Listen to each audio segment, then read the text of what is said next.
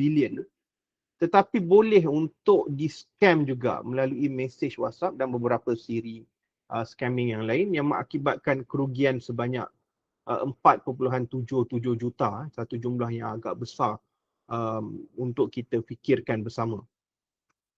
Dan ini membawa kita kepada satu persoalan yang begitu besar. Kalau seseorang yang memang terlibat dalam bidang keuangan yang berurusan dengan teknologi yang tinggi, yang mengurus dana berjumlah hampir 1 trilion ringgit pun boleh menjadi mangsa penipuan, jadi apa lagi sebenarnya yang melindungi kita? So what else can protect us daripada berhadapan dengan masalah ataupun menjadi mangsa penipuan ini? Jadi inilah sebenarnya apa yang saya nak bawakan kepada tuan-tuan dan puan-puan untuk kita kenal pasti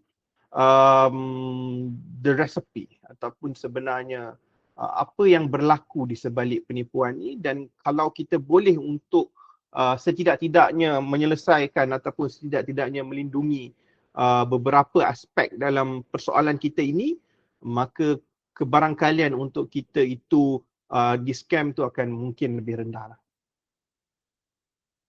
Pertamanya kita harus ingat ya tuan-tuan dan puan-puan yang saya hormati, scammer ni sebenarnya dia tidaklah kata kita ni bodoh. Dia sebenarnya dia tahu. Dan apa sebenarnya yang dia lebih fokuskan ataupun yang dia lebih sasarkan adalah nilai kemanusiaan kita. Dia tahu masyarakat Malaysia ni begitu pemurah dan dia begitu budaya kita itu adalah budaya yang mudah untuk mengasihani, mudah untuk mempunyai elemen kemanusiaan yang tinggi. Dan dia faham macam mana struktur masyarakat kita, pegangan moral kita, dan dia mengeksploitasikan perkara-perkara ini. Antaranya adalah perihal kasih sayang kita kepada keluarga, keinginan untuk masa depan yang lebih baik, kepercayaan kita kepada rakan-rakan, dan yang paling penting saya percaya saya berhadapan dengan tuan-tuan dan puan-puan dan juga diri saya sendiri adalah kebimbangan kita tentang masa hadapan selepas kita bersara, selepas kita selesai dalam kita punya tempoh perkhidmatan kita selaku penjawat awam. Jadi mengenal pasti elemen-elemen ini merupakan salah satu titik tolak ataupun point of departure dalam kalangan scammer-scammer ini, yang mana dia tahu ini adalah sebenarnya satu titik yang boleh untuk crack kita. Daripada satu titik kecil, dia boleh rekahkan kita supaya kita mempercayai teknik-teknik scamming yang digunakan oleh mereka.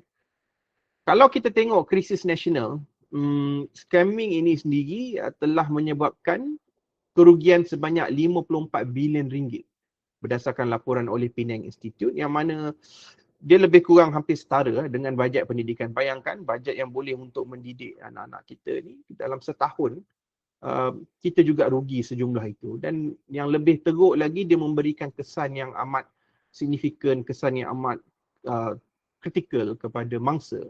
62% mengalami tekanan mental yang teruk. Lebih menakutkan adalah 70% daripada mangsa tidak mahu membuat laporan polis disebabkan oleh pelbagai faktor, yang mana antaranya adalah mungkin disebabkan oleh rasa malu ataupun rasa segan kerana seolah-olah kita ni tak pandai, seolah-olah kita ni tak bijak. Kita ni di-scam disebabkan kita tak bijak. Jadi itu adalah antara faktor yang menyebabkan seseorang itu di-scam, dan saya beranggapan bahawa ini adalah antara satu krisis nasional yang perlu untuk kita tangani dan perlu untuk kita santuni. Saya faham mungkin di peringkat nasional kita ada pelbagai kaedah lain, tetapi sebagai individu, sebagai ahli masyarakat, sebagai ahli keluarga, kita sendiri pun perlu mempunyai inisiatif kita, dan ini adalah mungkin sebahagian daripada intipati perkongsian saya.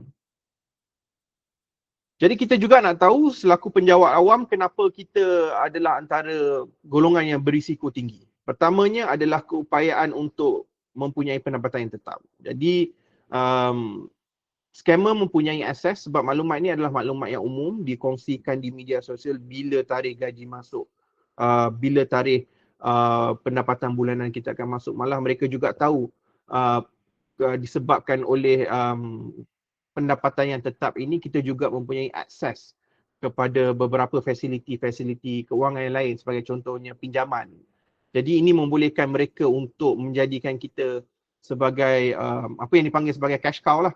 Jadi once dia dapat pegang kita, dia tahu kita mempunyai pendapatan yang tetap dan tahu kita ada akses kepada fasiliti kewangan, maka dia boleh untuk menuai hasil yang lebih banyak di situ.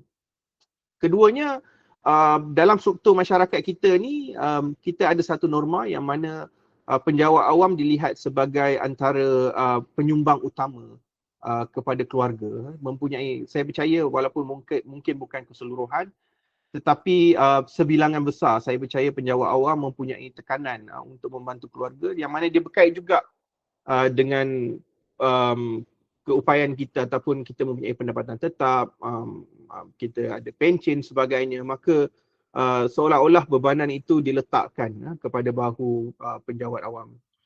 Di samping tu juga kalau kita perhatikan, kita mempunyai keyakinan kita dah ada financial stability, pendapatan yang tetap dan sebagainya, dengan tidak perlu fikir untuk masa depan persaraan sebagai contohnya, maka kita mempunyai ada sedikit loophole lah. Kita terlalu overconfidence dan kita terlalu berani untuk mengambil certain risiko.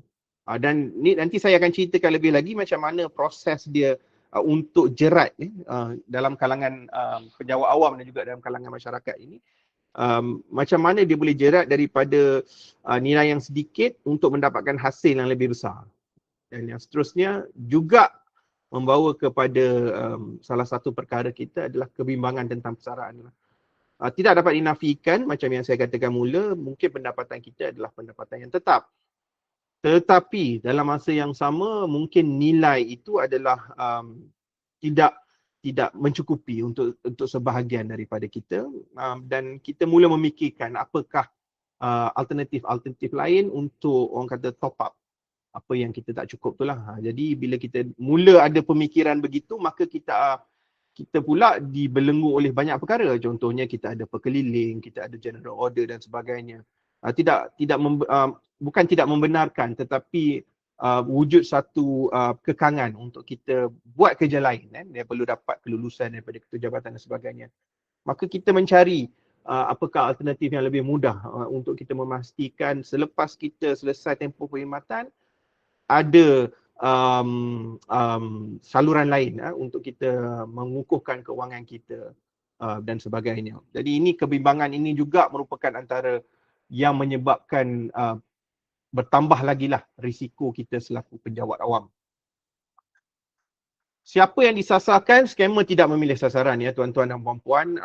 Tetapi kalau kita tengok daripada statistik, yang majoriti yang disasarkan itu adalah mereka yang bergaji lebih daripada RM4,000 sebulan. Kebanyakan saya percaya penjawat awam yang telah berkhidmat mungkin 10 ke 15 tahun dan mungkin menghampiri usia persaraan, maka jumlah ini adalah jumlah yang memang tepat dengan apa yang disasarkan oleh skamer, dan mereka juga percaya dengan upayaan ini adalah lebih berbaloi.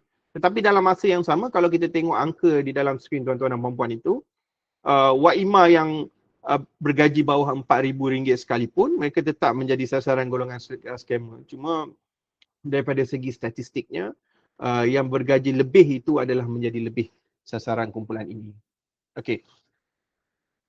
Jadi saya nak bawakan perhatian tuan-tuan dan puan-puan. Jadi kita dah tengok landscape sebenar kan tentang masalah skamer dan juga penipuan dalam konteks nasional dan apakah risiko kita penjawat awam ini. Sekarang kita nak menjawab kepada persoalan kenapa ia boleh berlaku. Jadi antara perkara yang kalau saya nak bawakan sedikit orang kata a hint of academic taste lah di dalam ini adalah kalau kita boleh lihat teori tingkah laku terancang ataupun teori of planned behavior yang diperkenalkan oleh Eisen dalam sekitar tahun 1984-85 kalau tak silap saya, tentang plan behavior kita ataupun kelakuan terancang kita dipengaruhi oleh 3 faktor. Pertamanya, kelakuan kita iaitu attitude kita sendiri, sikap kita.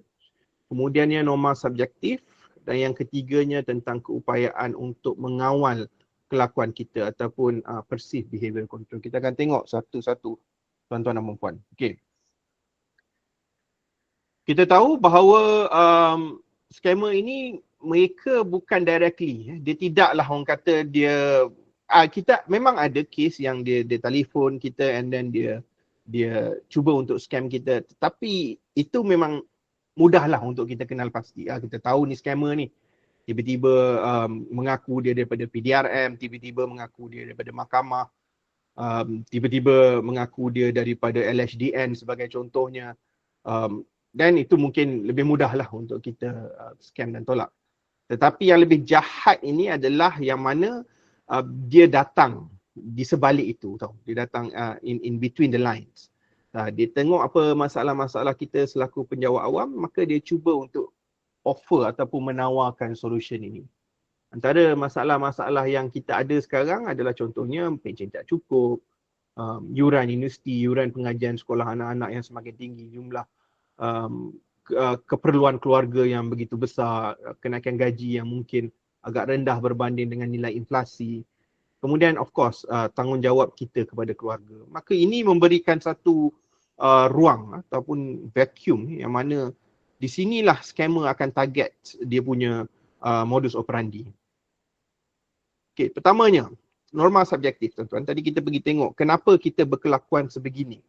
Pertamanya adalah norma subjektif, tekanan daripada orang-orang sekeliling, orang-orang yang rapat dengan kita. Contohnya ini adalah antara dialog-dialog yang saya jangkakan yang adalah. Ini bukanlah walaupun dia adalah direka di dalam pembentangan saya, tetapi ia adalah datang daripada dialog yang sebenar. Contohnya macam daripada keluarga kita, dia expect ataupun dia mengharapkan kita untuk memberikan lebih banyak sumbangan. Dan kemudian kalau kita tengok rakan sekerja kita yang mungkin bekerja dalam bidang yang sama, yang mungkin bekerja dalam pangkat yang sama sebagai contohnya, tetapi gaya hidup mereka itu adalah jauh lebih baik berbanding dengan kita. Dan apabila kita cuba untuk soal selidik ataupun kita try to find out, kita tahu rupanya dia ada buat investment, dan bila dia cerita investment dia dapat untung besar dan dia boleh dapat laba lah lebih banyak keuntungan daripada situ. Mula wujud tekanan kepada diri kita kan, kita dah mula compare and then kita rasa kalau kawan kita pun boleh buat macam tu, kenapa why not us kan? Soalan dia why not tu sendiri. Kemudiannya of course dia berkait rapat juga dengan media sosial lah. Kita punya tidak boleh dielakkan. Kalau saya boleh nak ambil tengok sikit kan, daripada satu tinjauan ringkas yang saya buat dalam kalangan pelajar saya, pada almost majority spend separuh daripada hari, maknanya 12 jam untuk menggunakan telefon pintar, dan lebih daripada 5 ke 6 jam untuk orang kata melayari media sosial. Banyak media sosial, dan media sosial ini memberikan satu tekanan. Kita tengok orang pergi berjalan ke sana, orang pakai baju yang cantik, orang pakai kereta yang cantik, orang tunjuk rumah. Algoritma akan tunjuk apa sahaja yang kita suka, dan itu memberikan satu tekanan. Dalam tanpa sedar, dia memberikan satu tekanan kepada kita. Dan inilah yang dikatakan sebagai norma subjektif itu sendiri.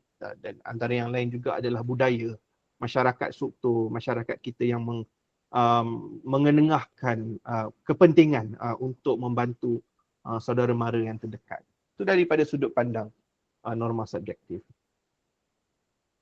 Kemudian kalau kita tengok pula daripada kawalan tingkah laku ataupun perceived behavioral control kita, kita rasakan yang kita ini sebenarnya berupaya untuk kawal diri kita, tetapi sebenarnya unfortunately tidak. Contohnya kita mungkin dah sekarang ni pegawai kanan, dan mungkin kita juga dah merupakan penolong pengarah, timbalan pengarah, dan mungkin pengarah sendiri, ketua pengarah sebagai contoh. Dan kita berhadapan dengan banyak proses kerja yang memang kita rasa this build up our competency. Dia membina satu keupayaan diri kita.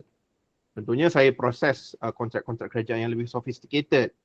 Jadi saya faham dokumentasi. Saya boleh tahu yang mana satu benda yang tepat, yang mana satu benda yang tidak tepat. Kemudiannya ini juga antara benda yang very dangerous ya tuan-tuan dan puan-puan. Saya ni orang pandai. Saya berpendidikan tinggi. Saya ada ijazah pertama, ijazah kedua, ijazah lanjutan. Saya dah ada PhD. Saya boleh tahu mana investment yang betul, mana investment yang salah. Dan yang ketiga, degrading of the other society. Ni saya bukan macam orang kampung yang senang ditipu. Jadi emphasization ataupun penekanan yang membentuk kawalan kendiri ini, perceived behavior control ini sebenarnya memberikan ruang yang lebih besar untuk proses scamming itu berlaku. Dan yang ketiganya, ini yang contoh yang saya nak bagi tadi. Kita dah ada kelakuan dan juga tindakan, apa orang kata tu, tekanan norma subjektif daripada sekeliling. Maka wujud satu keadaan yang dipanggil sebagai Pig Butching ataupun Xia Zhupan, satu terma yang dikeluarkan dari China, yang mana proses dia adalah penipu, scammer ni dia akan menggemukkan macam sebab because it coming from China. Sebelum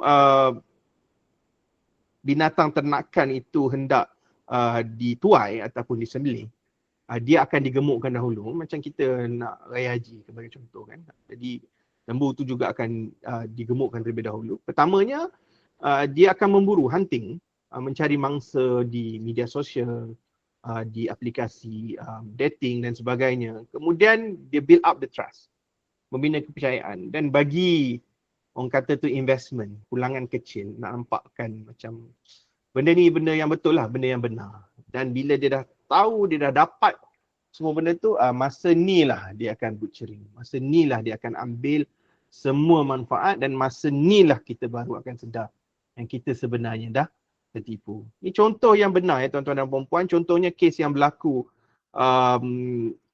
yang melibatkan banyak kes. Saya ambil contoh satu kes yang pertama. Penghantar makanan. Dia hilang sampai RM150,000. Yang mana hari pertama dia kenal dengan satu wanita tu kan, meaning that somebody presenting as a woman. Dan kemudiannya dia berbual dan sebagainya. Nanti kita akan pergi juga sebagai antara contoh-contoh kajian kesnya. Dia kata okeylah invest 200. Lepas tu dia dapat 1,300. Kan? Dia suruh invest melalui aplikasi dan dia boleh keluarkan duit tu. Kan? So siapa je yang mula rasa seronok, letak RM200, pulangan lebih 5 kali lipat, 5 kali ganda. Dan boleh bawa keluar pula tu 1,300. Kemudian minggu kedua, dia invest lagi RM2,000, lelaki tersebut invest lagi RM2,000. Kemudian dekat dashboard apps yang dia invest tu, ditunjukkan untung RM3,200. Dan minggu ketiga, dia cuba bawa keluar duit lagi 500, berjaya. Oh, dia rasa dah okeylah ni. Dah orang kata nampak benda ni benda yang stabil lah, benda yang kukuh. So next what happen is, disebabkan oleh greediness itu sendiri yang mungkin ada, dia labur 50,000 daripada simpanan KWSP. Kemudian untuk bulan yang seterusnya, bulan ketiga, dia cuba nak keluar duit. Tapi aplikasi itu cakap, oh kena bayar cukai, ada beberapa tax yang dicipta. Dan kemudian dia masukkan lagi duit. Kemudian masuk bulan yang keempat, hilang. Tak ada apa dah. So ini the process lah, mana penggemukan itu berlaku, baiting itu berlaku, dan bila once kita rasa dia dah dapat semuanya, maka dia tarik diri. Maka dia dah dapat untung dia dan kita ataupun yang mangsa ini tertinggal sebagai mangsa scammer, tuan-tuan dan puan. Dan ini juga dikaitkan ataupun terkait dengan salah satu lagi teori psikologi dan juga dalam komunikasi kita sebut sebagai cognitive dissonance ataupun kerancuan kognitif kita. Menjawab kepada persoalan kenapa orang ni dia tahu dia terus melabur walaupun ada banyak red flag. Sebab di dalam diri dia berlaku konflik dalaman, internal konflik. Bila tanda red flag itu keluar, kalau dia mengaku dia tertipu, maka orang akan cakap dia bodoh.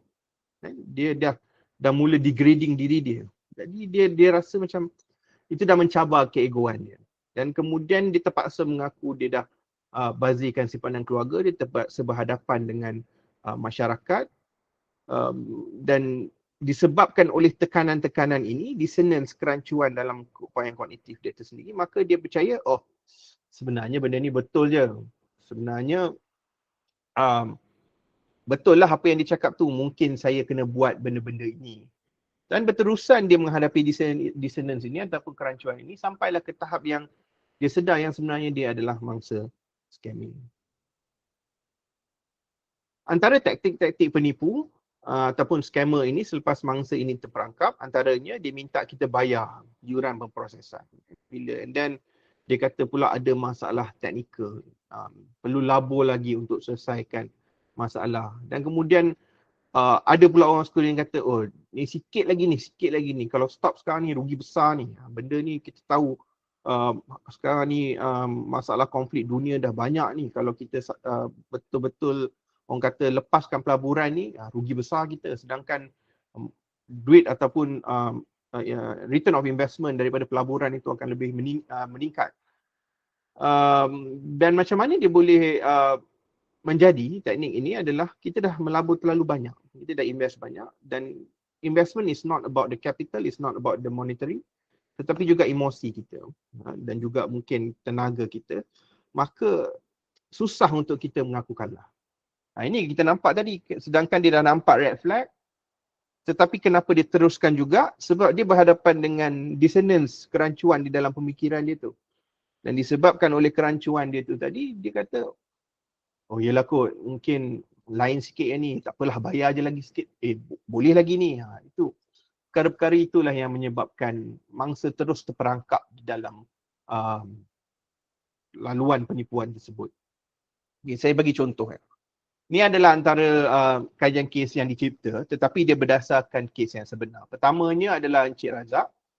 Dia adalah penolong pengarah kanan di sebuah syarikat berusia 48 tahun. Ini tentang konteks penipuan pelaburan. Dia ada 2 anak kat universiti dengan pendapatan isi rumah sebanyak RM9,500. Kewangan stabil tetapi tertekan sebab ada 2 anak kat U, seorang SPM, jadi banyak duit yang perlu digunakan. Itu belum lagi dia fikir dia lagi dalam 10 tahun, 12 tahun nak bersara. Jadi dia kena fikirkan semua perkara berkenaan. Anak nak kahwin lagi dan sebagainya. So macam mana dia start? Ada ex-employee, ex-colleague ataupun rakan sekerja, dia post tentang keuntungan kripto. Dia dah dengar dah. So kripto ni dia dah dengar banyak dah. So bila dia tengok dekat media sosial, benda tu build up dia punya orang kata tu dia punya cognitive bias tu. Dia rasa, bila tengok algoritma pula asyik tunjuk benda yang pasal kripto saja di media sosial. Kemudian dia message kawan dia secara peribadi. Dan dia tak tahu yang sebenarnya akaun rakan dia tu telah pun diklonkan. Kemudian dia memperkenalkan platform pelaburan. Sebab apa? Sebab dia tidak mengesahkan identiti rakannya. Dia message melalui Facebook, lama tak jumpa. So dia pakai Facebook Messenger je lah. And then dia tengok dan rupanya yang balas tu bukan kawan dia. Yang balas tu adalah orang lain dan dia tak follow up dengan kawan dia secara real. Sebab mungkin bukan kawan yang rapat, mungkin sekadar kenal di Facebook dan dia nampak benda tersebut dan dia rasa dia perlu try. Dan sama macam kes yang penghantar makanan tu tadi, yang mana mula-mula dia buat pelaburan, initial investment, 2,000 dan kemudian dia boleh keluarkan duit dia 500 sebab bila lepas dia labur 2,000 tu, seminggu lepas tu dia tunjuk, ada return of investment 3,200. Maknanya dekat 50%, more than 50% dia punya investment return dia. Kemudian dia masuk lagi 10,000. Dashboard tunjuk pula 16,000. So dia fikir dah, okay ni kalau aku masuk lagi ni, mungkin lebih banyak invest, maka dia akan lagi banyaklah return dia.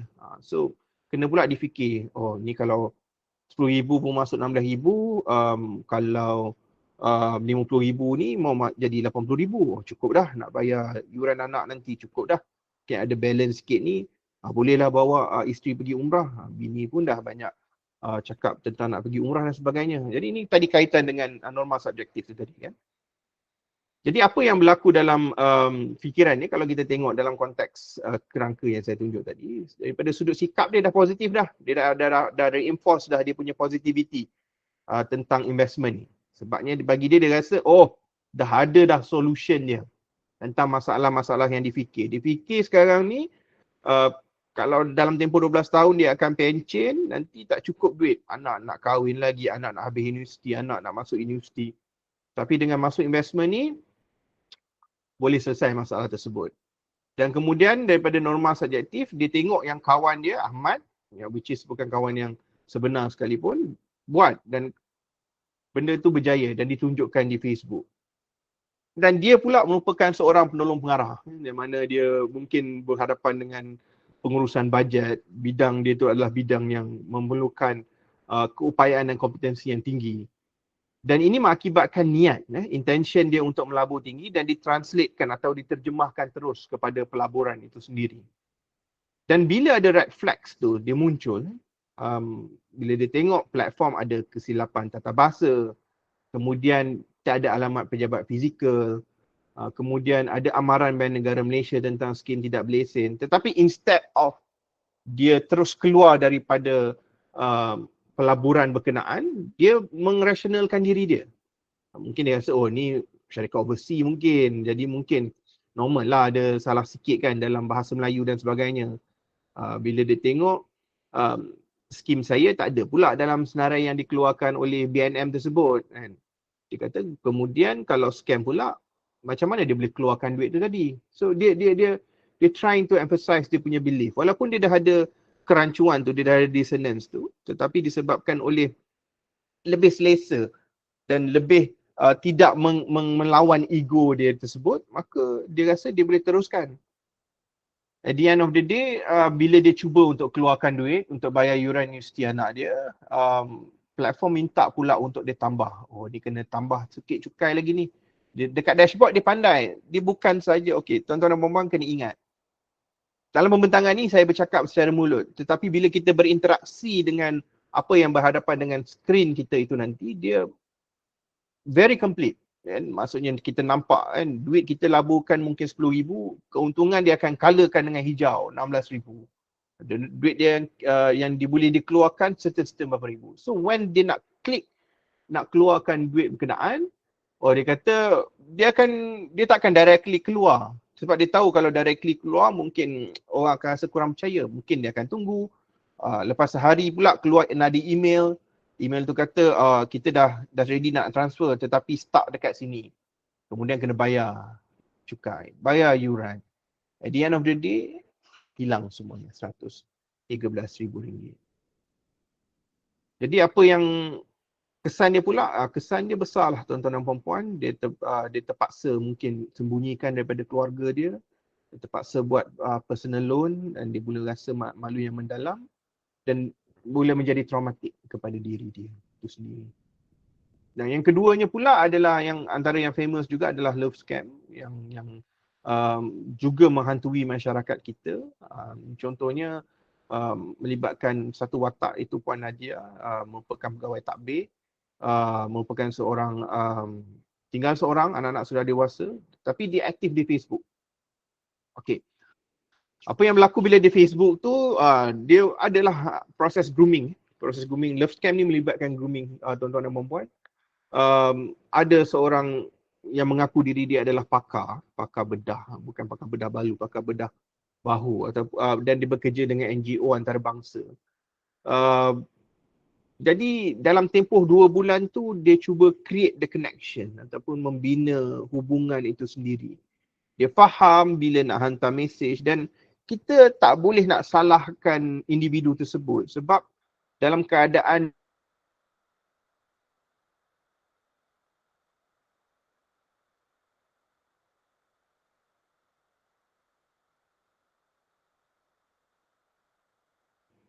apa keperluan, sorry, tak tahu saya punya tiba-tiba mute, sorry, dah boleh dengar kan? Apa keperluan yang ada pada emosi wanita berkenaan, maka dia grooming, dia grooming dan selepas bertahun-tahun mungkin tinggal kesorangan, jadi dia rasa this is maybe the right person. Dia tahu dan dia guna pula gambar-gambar sekarang ni lagi senanglah, ada generative AI dan sebagainya. Dan diakhirkan dengan the hook yang untuk dia start scamming tu, dia hook dulu. Kata, saya nak datang Malaysia lah, nak jumpa.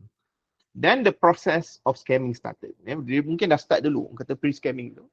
Tetapi process of scamming tu started. Dia kata mula-mula, okey lah dia dah hantar. Okey saya bagi ada banyak. Tetapi rupanya stuck dekat airport. Sebabnya kena duty dan custom. Dan dia kata dia perlu bayar orang kata release fee atau duty tax kepada custom dan sebagainya. Kemudian individu tersebut membayar sejumlah 3,000, ada pula yuran insurans diperlukan. So benda ni berterutan dan disebabkan dia bukan sahaja proses tu nampak mungkin dull dan juga orang kata nampak kabur di sini, tetapi apabila dia menggunakan ayat emosi, dan kita kena ingat sebulan dua tu proses grooming dah berlaku dan dia dah mungkin rasa selesa, dia dah ada rasa percaya dan dia pun pandai menggunakan ayat-ayat yang manis dan sebagainya. Kemudian bila keluarga bagi amaran, dan contohnya dia kata orang cemburu dengan dia. So this is the common excuses yang kita dengar, yang mana manusia ataupun individu berkenaan cuba untuk justify perbuatan yang telah dilakukan oleh diri beliau. Tetapi at the end of the day kita tahulah apa pengakhiran kepada kes ni, dan di mana dia akhirnya berkeras untuk video call, tetapi individu ataupun scammer tersebut buat alasan dan kemudiannya dia bertegas dan kemudiannya dia di-block. Tapi dalam masa yang sama dah berlaku transaksi hampir 89 transaksi dan ada jumlah kerugian sebanyak RM165,000. Kesan love scam ini adalah paling jelas kepada golongan wanita, yang mana kesannya bukan sahaja daripada sudut kewangan tetapi mempunyai kesan emosi, yang mana 62% mengalami masalah tekanan mental yang teruk.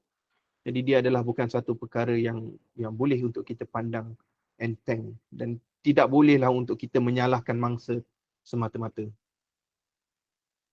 Dan saya perlu sentuh serba sedikit selain daripada kajian kes yang mungkin saya kongsikan dengan tuan-tuan dan puan-puan untuk masa sekarang ni juga.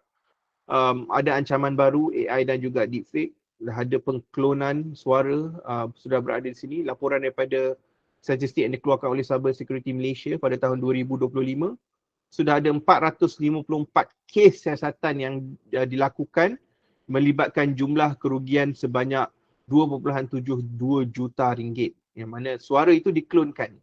Kita post kita punya video, ada suara kita kan? Malah saya pun dah tunjuk sendiri kepada pelajar-pelajar saya dalam kelas penggunaan generative AI macam mana kita boleh guna certain aplikasi. Kita masukkan mungkin dalam 30 saat, 1 minit.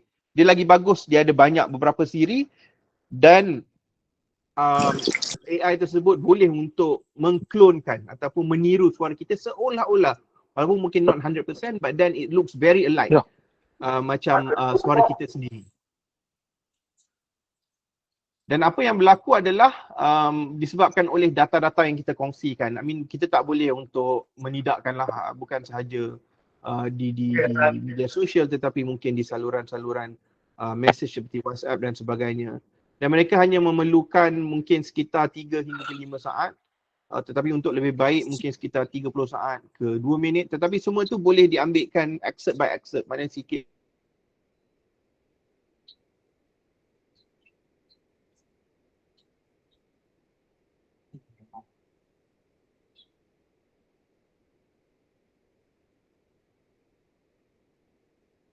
Doktor mute. Ya, okay, sorry. Suddenly dia muted. Baik, thank you.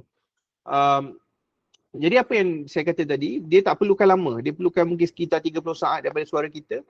30 saat itu boleh untuk diambil daripada mana-mana. Kita senang. Kadang-kadang ya suara kena clone macam tu dan dia boleh accurately around 85%. Contoh senario yang digunakan, dia bagi voice note lah, dia hantar voice note, dia accidents, dia bagi untuk dia tahu nak create the sense of urgency itu tadi dalam masyarakat, dalam ahli keluarga terdekat kita. Kemudian pula ada video deepfake, walaupun teknologi ini belum lagi begitu kukuh, tak sempurna, tak begitu kukuh, masih lagi banyak. Tetapi dah mula ada. Dan deepfake yang lebih menakutkan adalah apabila video tu adalah video yang sebenar. Okey, dia tak tiru, dia tak clone muka, tetapi dia clone certain elements. Contohnya macam kalau kita tengok di media sosial, media news agency sebagai contohnya, dia ada brand-brand yang style yang dilakukan. Jadi kaedah itu digunakan untuk mewujudkan credibility palsu yang boleh untuk membolehkan proses penipuan itu berlaku. Okey. Realitinya sekarang kalau kita lihat, dulu kita kata nak tahu benda tu benar ataupun tidak, kita kena dengar dan lihat. Tetapi sekarang dengar dan lihat sekalipun tak cukup. Sebab boleh benda yang kita boleh dengar, benda yang kita boleh lihat, boleh jadi bukan benda yang benar. Boleh jadi benda itu adalah palsu. Dan apatah lagi, begitu banyak sekarang ini, sebagai contohnya, bukan sahaja suara dan juga maklumat-maklumat lain yang kita kongsikan, tetapi semua ini boleh untuk diguna pakai sebagai salah satu bahan untuk dijadikan penipuan inilah. Okey. So macam mana selaku individu kita nak cuba untuk atasi persoalan ini ataupun setidak-tidaknya mengurangkan kebarangkalian untuk kita di scam tersebut. Jadi salah satu akronim yang saya cadangkan adalah kita mengatasi red flags ini dengan perkataan terlalu. Bila kita ingat terlalu, maka dia adalah bahaya. Macam mana kita nak kenal pasti benda itu adalah either scam ataupun menimbulkan red flag itu, maka kita boleh tengok checklist ini. Pertamanya, terlalu. Kalau terlalu sempurna, melibatkan emosi, melibat perlunya berahsia, tak nak bercakap di luar talian, maknanya tak nak secara fizikal, asal usul yang tak jelas, logik tak boleh terima, dan yang paling utama adalah perlukan wang yang segera. Maka ini adalah antara red flag yang besar yang perlu untuk kita elakkan. Apa yang dimaksudkan dengan terlalu sempurna adalah investment, sebagai contohnya pelaburan. Pulangan yang konsisten, pulangan, sebab kebiasaannya memang jarang kalau untuk bentuk-bentuk pelaburan. Saya tak cakap mungkin perniagaan mungkin ada yang berisiko tinggi dan pulangan dia pun besar, tetapi pelaburan lazimnya kalau yang pulangan yang bukan sahaja tinggi tetapi dia konsisten. Orang kata too good to be true lah. Jadi kelihatan sempurna tanpa sebarang risiko ataupun risiko terlalu rendah. Maka itu adalah red flag yang pertama yang perlu untuk kita berhati-hati. Yang perlu untuk kita, orang kata, fikir dahulu. Yang keduanya adalah dia memanipulasi emosi. Okay? Dia akan kata, contohnya ni banyak melibatkan investment dan juga love scam macam contoh yang kita bagi kata tadi. Oh, ini hari ni saja. Kalau kau invest hari ni certain amount, memang besok akan dapat return yang macam ni. Tapi kalau tak invest sekarang, habislah. So dia dah mula menggoyangkan kita punya keimanan tu sendiri. Kemudian takut. Okay, kita kata, oh, kalau tak bayar, katalah kita nak keluar duit, okay, kena account kena freeze ataupun akan dilaporkan dan sebagainya.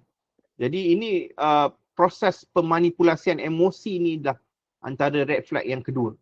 Jadi kalau emosi, dia dah mula main emosi, ada tanda-tanda push berkenaan dengan emotion, itu red flag yang kedua.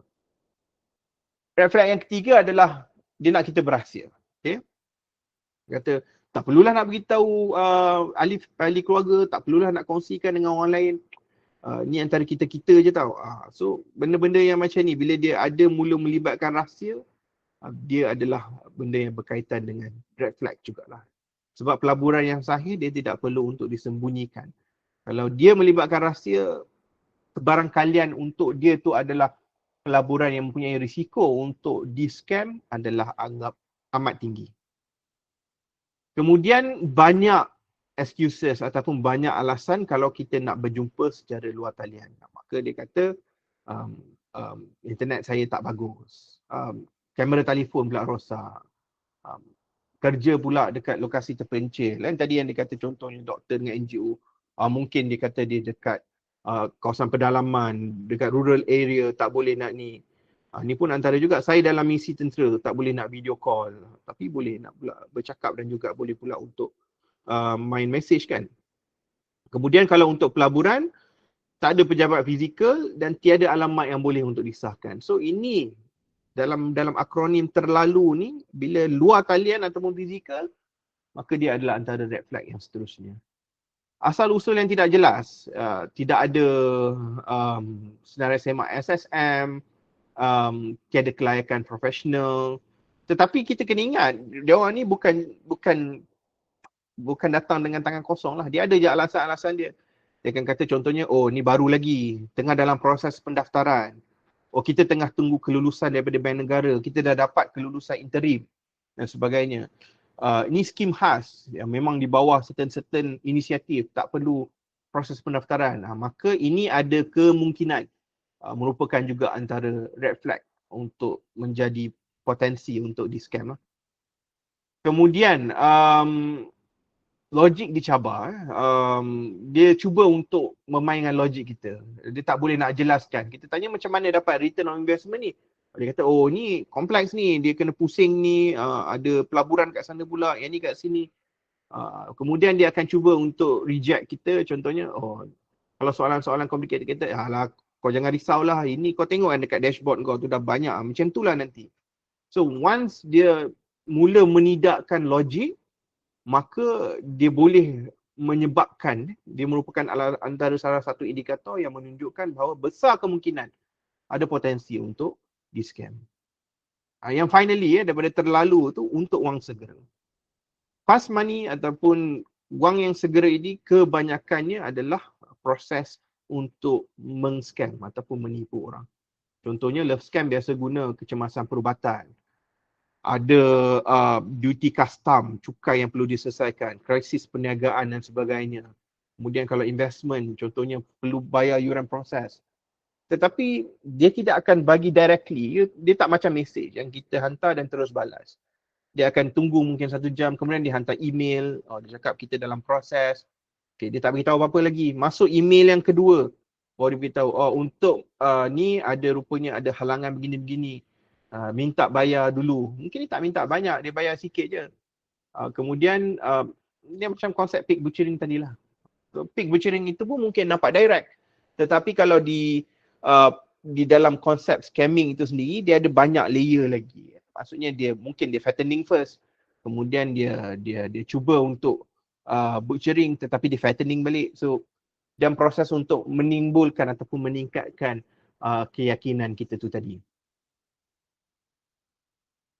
Apa tanda-tanda, tadi kita dah tengok macam mana nak elak benda red flag. Kedua, apa tanda-tanda yang orang yang tersayang ataupun kita sendiri sudah terperangkap. Pertamanya, dia akan defensif. Dia mula defensif bila kita tanya bab-bab ini, sebab dia rasa ego tu lah. Dia dah defensif, dia cuba untuk menidakkan, dia kata, tak faham, jangan tanyalah, ini tahulah dia macam mana.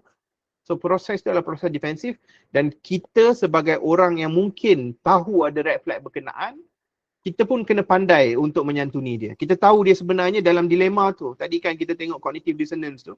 Macam mana kita nak overcome the process of dissonance tu. Itulah caranya kita kena faham dan kalau kita tak nak nampakkan yang kita risau, benda yang paling dirisaukan oleh orang yang di-scam, orang mangsa yang scammer ni, apabila orang pandang dia sebagai tidak bijak atau bahasa kasarnya bodoh lah. Dia risau untuk dipandang begitu. Sebab orang dah bagi tahu dah mula-mula tapi dia buat juga. So kita nak elakkan dia berada pada fasa itu. Di situlah santunan kita itu kena lebih orang kata tu seperti menarik rambut dalam tepung lah. Kena pandailah caranya. Kemudian dia mula mengasingkan diri dari aktiviti sosial yang biasa. Perubahan keuangan, merasionalkan tanda bahaya yang jelas dan kemudian dia beremosi. Sebab orang yang dalam scam ini biasanya dia dah hilang banyak duit dan mungkin duit tu adalah simpanan, duit tu adalah mungkin digunakan untuk bayar yuran anak-anak, mungkin digunakan sebagai simpanan keluarga, mungkin digunakan simpanan untuk pergi menunaikan umrah ataupun ibadah dan sebagainya dan kemudian hilang begitu saja, maka dia akan beremosi. Jadi ini adalah antara tanda-tanda dan kita perlu faham tanda-tanda ini dan bukan terus salahkan sebab kita tahu nak tak nak dia dah terlibat. So, kita terpaksa dalam masa yang sama mengeluarkan dia daripada perangkap berkenaan. Untuk sahkan, kita boleh juga gunakan akronim SEMAK. Perlu ada suara kedua. Sebelum kita invest any kind of wang ataupun kita bagi duit, cari orang lain, cari rakan yang terdekat kita ataupun telefon sendiri orang tersebut, betul ataupun tidak. Kemudian kena buat search, Google search sendiri, tengok ada tak nama investment sedemikian rupa merupakan scammer. Dan sekarang kita pula ada banyak aplikasi saya rasa yang kita boleh check sama ada nombor itu adalah nombor scam ataupun tidak. Dapatkan maklumat rasmi. Kemudian akaun bank ini kalau syarikat yang sah tidak akan diminta transfer ke akaun peribadi. Yang paling penting kita ada keluarga, kita ada rakan-rakan, dengar nasihat dan juga pendapat daripada mereka. Okey, dan kemudian selain tu kita boleh juga guna perkataan 3 saat bila kita dapat tiba-tiba yalah kita dalam kerancuan emosi tiba-tiba mungkin kita tak sedar yang sebenarnya kita telah ditipu, mungkin dia diklonkan suara kemudian dia minta duit. So kita kena stop dulu. Okey. Kita bila berhadapan dengan scammer ni, kadang-kadang scammer melalui telefon juga, dia terus bermain dengan emosi, kata kita ada contohnya ada saman dan kemungkinan juga memang kita ada saman tapi kita tahu dia mahkamah takkan call kita sebagai contohnya. So kita kena relax dulu. Relax tak apa. Kita tanya orang lain, kemudian kita cakap mungkin tak benda ni adalah scamming ataupun tidak. So the point is that kalau betul-betul seseorang itu merupakan keluarga yang rapat dan betul-betul sayang, dia boleh tunggu another 24 hours. Dan kalau betul-betul pelaburan tu pelaburan yang bagus, hari esok pun masih ada lagi ruang untuk pelaburan berkenaan. Dan yang antara yang terakhir, jika kita sedar bahawa kita telah pun ditipu dan merupakan salah seorang mangsa penipuan, pertamanya kita kena hentikan segala komunikasi. To stop because they are trying to manipulate us. Lagi lama kita jangan cuba anggap diri kita ini terlalu kuat. Kadang-kadang emosi kita tak kuat. Okay? Kita cuba untuk lawan. Kan? Seolah-olah macam kita nak melawan lah sebab kita nak tunjukkan kita kuat. Tidak perlu. Block sahaja, jangan peningkan diri. Berhenti komunikasi dengan sumber scamming tersebut lah. Sebab ini yang paling penting. Once you block, tak perlu fikir dan dia tak boleh nak reach you lagi. Tak boleh nak dapatkan you lagi. Kemudian boleh telefon NSRC 997, lapor kepada polis. Kemudian kita boleh juga sharekan dengan seseorang yang kita percayai dan kita juga boleh kongsikan dengan orang lain lah yang mungkin takkan judge kita. Saya tahu mungkin akan ada kesan kepada emosi kita, tetapi setiap benda itu saya tahu berat bata memandang, berat lagi bahu yang memikul. Tetapi kita kena anggap once kita come out daripada process of scamming, sebenarnya itu adalah satu kejayaan sebab kita dah dapat mengenali penipuan instead of kita terus terperangkap di dalam penipuan berkenaan. Okay. Kena ingat finally bukan salah kita, bukan salah mangsa, dia mengeksploitasi nilai kita. Norma subjektif kita seperti mana yang saya terangkan daripada awal lagi, kenapa ia boleh berlaku, ini adalah antara sebab-sebab dia dan yang paling penting kita tidak boleh menyalahkan mangsa ataupun kita tidak boleh untuk menyalahkan diri kita sendiri. Kita kena faham kita berhadapan dengan satu ancaman yang bukan biasa-biasa. Yang scamming kadang-kadang pun adalah orang yang terpandai juga. Dia tahu macam mana nak nudging orang tu, macam mana untuk gertak orang itu, macam mana untuk manipulasi emosi. Dan dia pun faham daripada sudut psikologinya sendiri tindakan-tindakan manusia yang akan dibuat berdasarkan faktor-faktor sosial dan juga faktor-faktor psikologi kita sendiri. Okay.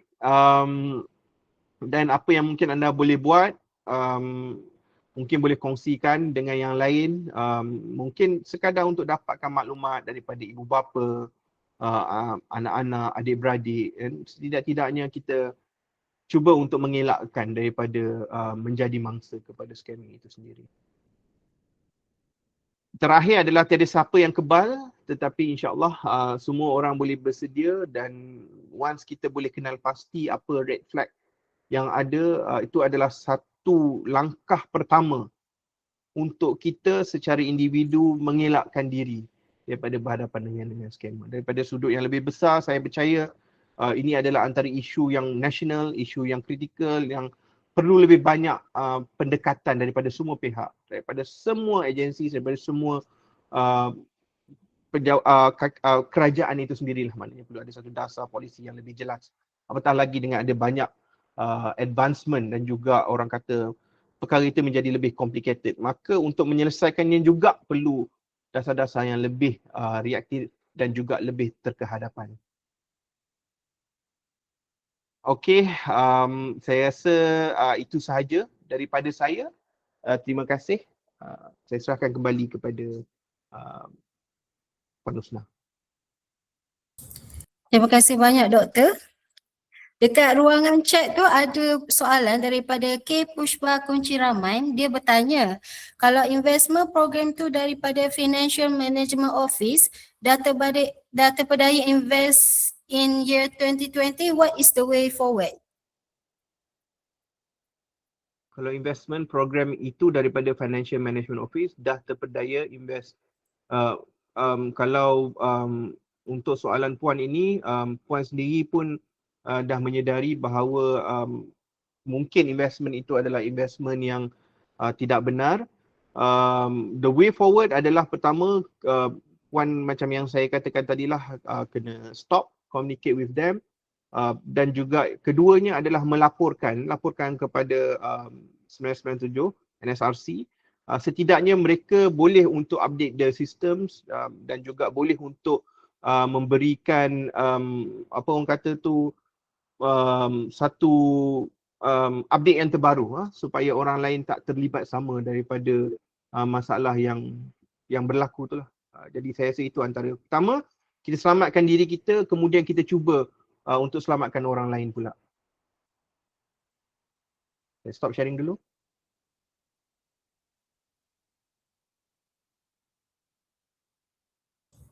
Baik Doktor, ada Tuan Puan ada nak bertanya soalan ke ya?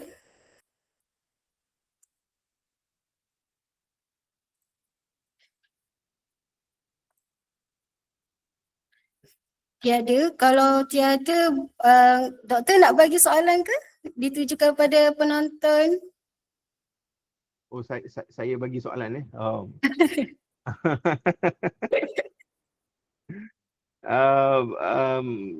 kalau saya bagi soalan, saya rasa macam mana tu Puan Nusna, saya bagi soalan macam mana? Tengok sama ada Tuan Puan dekat sini faham apa yang disampaikan oleh Doktor tadi. Okey, boleh. Okey, satu saya mungkin nak tanya. Contoh soalan saya, tuan-tuan dan puan-puan mungkin kebanyakannya juga masih lagi mempunyai parents, mempunyai ibu, dan golongan berusia ni, mereka ini lebih orang kata, dia sekarang golongan veteran ini, golongan warga emas ini, dia sangat aktif di media sosial kan. Kita tahu dia aktif bukan saja di Facebook, kadang-kadang ada kebanyakan aktif di TikTok juga. Kita tahu mereka ini sangat berisiko untuk menjadi mangsa scamming. So sebagai seorang ahli keluarga dan juga sebagai seorang anak sebagai contoh, macam mana kita nak tegur mereka ini tanpa orang kata menyinggung perasaan?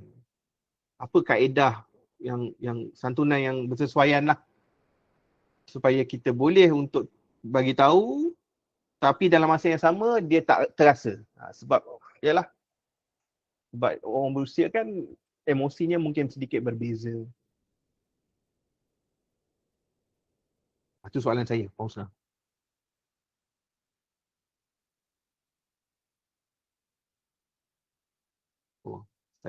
Puan Rayu cakap sangat susah. Ya, mungkin betul, sangat susah.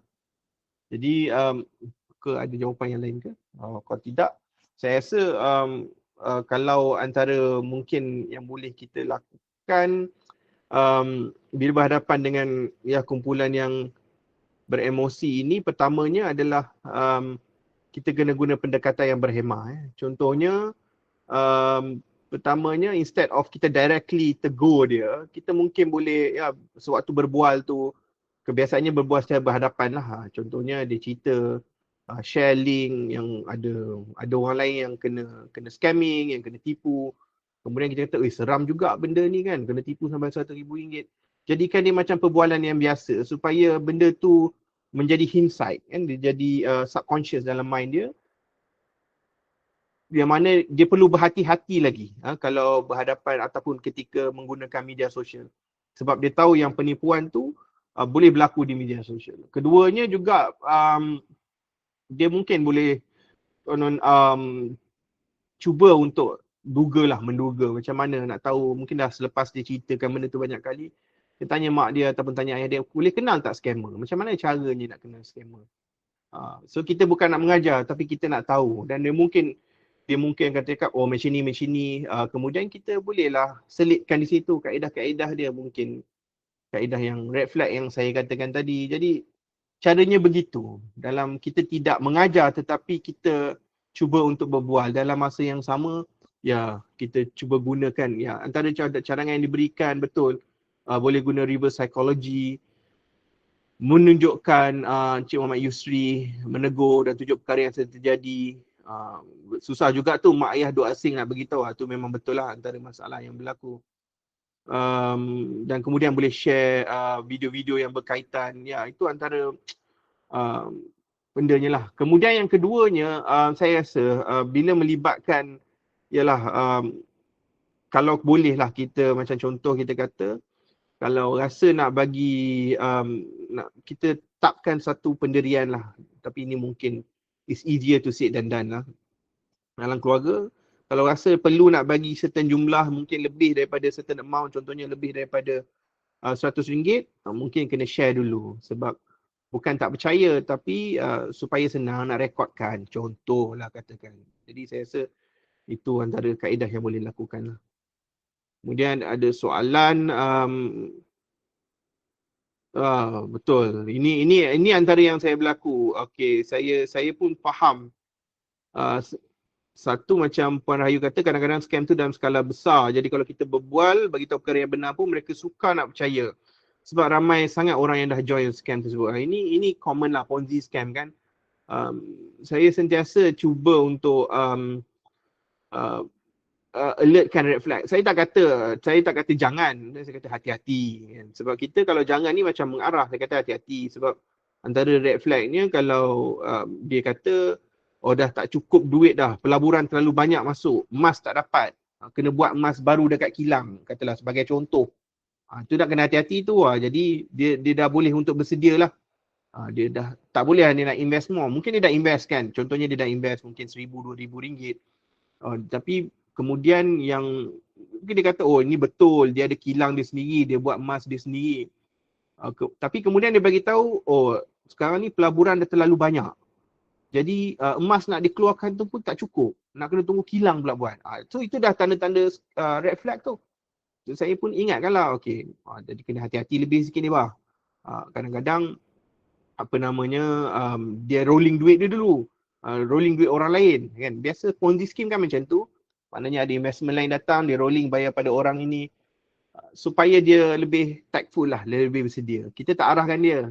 Dia pun faham yang kita sebenarnya cuba untuk bagi tahu benda tu. Jadi dia pun akan sedarlah berkenaan, saya rasa. Scam pun kadang-kadang polis pun terberdaya. Ya, saya setuju. Buat limit kad debit. Puan Siti Nurfadilah, pendapat tentang goal saving boleh kategori sebagai scam ke? Simpan emas kemudian tiap bulan dapat income. Saya tak tahu nak komen lebih lanjut. Saya rasa Puan kena mungkin tahu lebih dalam, as long as dia tak ada perkara-perkara yang saya cakap tu tadi, antara contohnya investment yang besar. Sebab pelaburan, kita kena ingat, dia tak semestinya sentiasa menguntungkan. Contoh, mungkin harga emas sekarang tinggi sebab konflik di peringkat global tengah runcing. Jadi orang beli emas kan. Jadi demand tu tinggi. Tapi kita ingat pelaburan, dia ada kala untung, ada kala rugi. So once kalau dia berada pada formula berkenaan, dan dia adalah pelaburan yang sahih lah, saya rasa. Dekat dihubungi oleh scammers. Saya soalan skim quantum mental ni saya tak tahulah, saya minta maaf. Bidang saya komunikasi, jadi ni kena tanya mungkin kepada orang lain ya, Cik Syed. Puan Lucia, adakah silent unknown calls relevan digunakan untuk menyekat dihubungi oleh scammer? Apa sahaja kaedah yang kita rasa boleh untuk menyekat scammer, saya rasa tidak ada masalah untuk kita gunakan. As long as kita tidak mendedahkan terlalu banyak data kita lah kepada pemberi perkhidmatan berkenaan.